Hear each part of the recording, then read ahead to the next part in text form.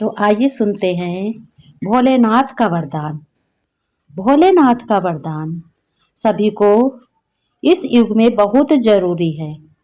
अगर भोलेनाथ का वरदान नहीं है तो तुम्हारा भाग्य भी अधूरा है, तुम्हारी किस्मत बेकार है। तो इसलिए भक्तों, तुम्हें भोलेनाथ का वरदान जरूर लेना है और अपने को महसूस करना है कि भोलेनाथ हमारे साथ में हैं। नाथों के नाथ, जो अनाथों के नाथ हैं, जो हर हर महादेव हैं, जो गौरापति हैं, वो हमारे भोलेनाथ हैं, दयानिधि हैं, करुणा के सागर हैं और प्रेम के सागर हैं। तो भोलेनाथ जो हमारे हैं, वो भोलेनाथ को शिव परम पिता परमात्मा ने भेजा है कि जाओ तुम सारे भक्तों को अपना वरदान दो। अगर इस समय कलयुग के अंत में वरदान नहीं मिला तो वो सभी जो भी आत्माएं हैं प्यासी रहेंगी और वो व्याकुल हो जाएंगी। इसलिए तुम वरदान देकर उनकी प्यास बुझाओ।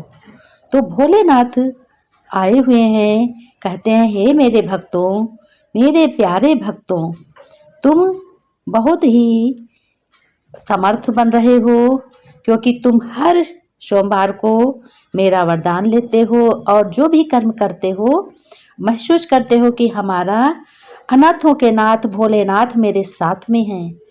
तो भोलेनाथ कह रहे हैं कि प्यारे भक्तों, तुम्हें बिल्कुल भी चिंता करने की बात नहीं है, मैं तुम्हारे साथ में हूँ। गौरापति हर हर महादेव कहते हैं, देखो तुम्हें किसी का अगर अनहित करते हो तो तुम्हें वो आत्मा श्रापित कर देती है। इसलिए तुम्हें अपने पे कंट्रोल करना है, मन से कंट्रोल करना है, अपनी बोली से कंट्रोल करना है, यानी वाणी से किसी को भी गलत नहीं करना कहना है, क्योंकि यह जो युग है बहुत ही उत्तम है। जब बीज का अंकुर निकलता है तब पेड़ बनता है और जब बीज बनता है तो बीज क्या होता है। इसलिए आज ये बीज ही बन रहा है कलयुग का। किसका बीज? कर्म का। जो तुम कर रहे हो ये तुम्हारा बीज ही बन रहा है और बीज बन करके ये बहुत बड़ा पेड़ बन जाता है और पेड़ बन करके फिर फल लगते हैं। तो इसलिए तुम्हें अगर फल प्राप्त करना है तो अच्छे विचारों से सब कुछ अपनी संरचना करो। तुम्हें श्राप कब मिलता है? जिस तरीके से रावण का श्राप मिला था, रावण को श्राप में दिया गया था, उसके बाद में जब तुम अपने अहंकार में आते हो तो तुम्हें बहुत ही श्राप लगता है। अहंकार माने अहम, अपने को शक्तिशाली समझना। लेकिन एक बार सोचा है, भोलेनाथ के से ज्यादा कोई तपस्वी नहीं है, कोई भी शक्तिशाली नहीं है और कोई भी नाथ नहीं है और कोई भी देवता नहीं है। तो इसलिए मेरे प्यारे भक्तों, श्रापित से बचो। कोई भी आत्मा अगर है तुम्हें श्राप दे रही है तो उस आत्मा से बचो। तुम समझ जाओ कि ये आत्मा बहुत ही क्रोध के वश में है, तो इससे बहुत सोच समझ कर बात करनी है। फिर भोलेनाथ हर हर महादेव गौरापति कहते हैं, अब ये समय तुम्हारा क्या है, अपना श्रृंगार करने का है। तुम अपने का श्रृंगार करोगे, कैसे श्रृंगार करोगे? जब तुम भोलेनाथ के गुणों को अपने धारण करोगे तो तुम्हारा ये श्रृंगार ही होगा और तुम बहुत पवित्र बन जाओगे, सुंदर बन जाओगे। किसकी तरह बन जाओगे? कमल के फूल की तरह बन जाओगे। जिस तरीके से कमल का फूल कीचड़ में होता है उस तरीके से तुम भी कीचड़ में, ये संसार है, ये दुनिया है, ये कीचड़ है। अब ये दुनिया में तरह तरह के लोग हैं और तरह तरह की गंदगी है, इसलिए इस गंदगी से तुम्हें बचना है। और बचने को क्या कहते हैं? पवित्र। अपने खान पान भी बहुत अपना सावधान सात्विक रखना है, क्योंकि जैसा खाओगे अन्न वैसा होगा मन, जैसा पियोगे पानी वैसी होगी वाणी। फिर भोलेनाथ हर हर महादेव गौरापति ने कहा कि मेरे भक्तों, पहले तुम पवित्र बनो, पवित्र भी बनते हो, और धर्म क्या है अधर्म क्या है ये तुम अच्छी रीत जानते हो। ये आदि भी है, ये अंत भी है, ये कर्म भोगने का भी है, ये कर्म समाप्त करने का भी है समय।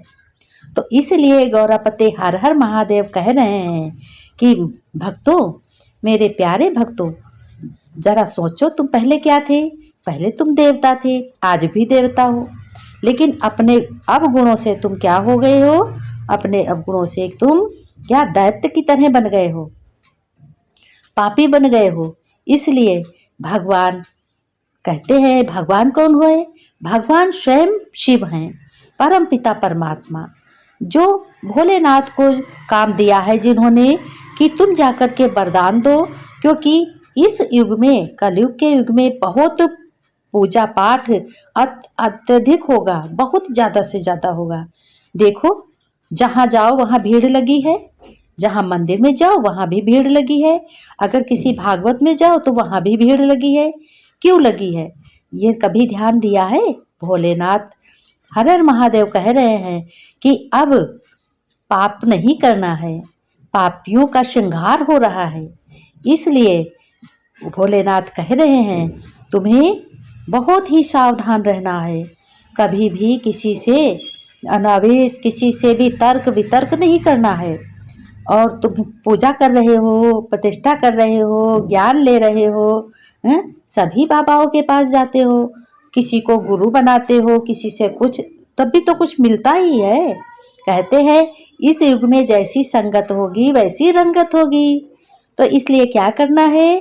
भगवान भोलेनाथ को भेजा है भगवान स्वयं परमपिता ने कि जाओ तुम याद दिलाओ सभी भक्तों को कि तुम स्वयं देवता हो और अपने कर्म देवताओं की तरह बनाओ। तुम क्या कह रहे हो?